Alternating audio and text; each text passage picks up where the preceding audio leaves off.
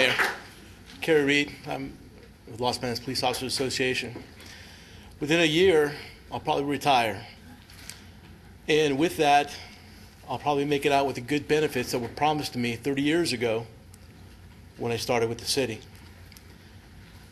And the reason I could do that is because over these past 30 years, people have stood up and not bargained my rights away, not bargained my retirement away, and have not let people take it away. And today, unfortunately, I think the city's trying to take those rights away from my guys. And I think now it's time for me to stand up and try to protect them. A long time ago when I started negotiating with the police officers and the city council, usually it was just us and the city council member and the city manager. The city manager at the time was Charlie Martin. And he said, you know, your job is important, except there's also other important jobs in the city. How about the person that controls the drinking water? His job is pretty important. So ever since then, and it may have got lost, but every job in the city, and every job, private or public, is important to the quality of life in Los Banos. And that's why what we want to do is to try to let our bargaining unit or our union look at the budget. You've looked at it for a year.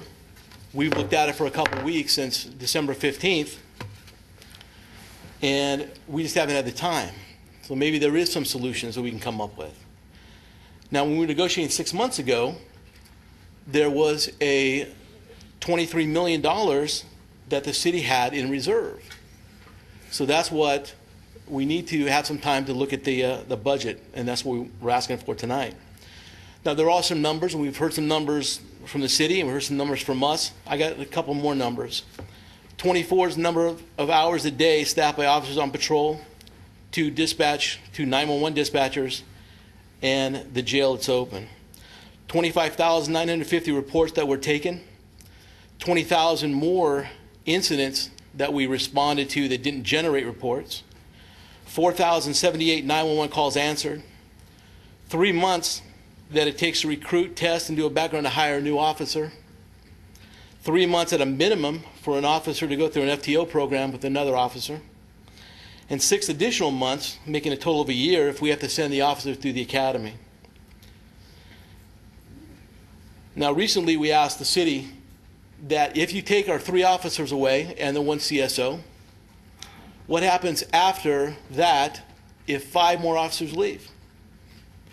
Are we going to be able to replace those 5 other officers? And the answer is no. If the answer is no, then there's no stopping. There's no stopping how much cuts the police department is going to take. The city is clear. Tonight is the final vote on the budget. And hopefully it's clear to us the budget vote is a final negotiation. Thank you.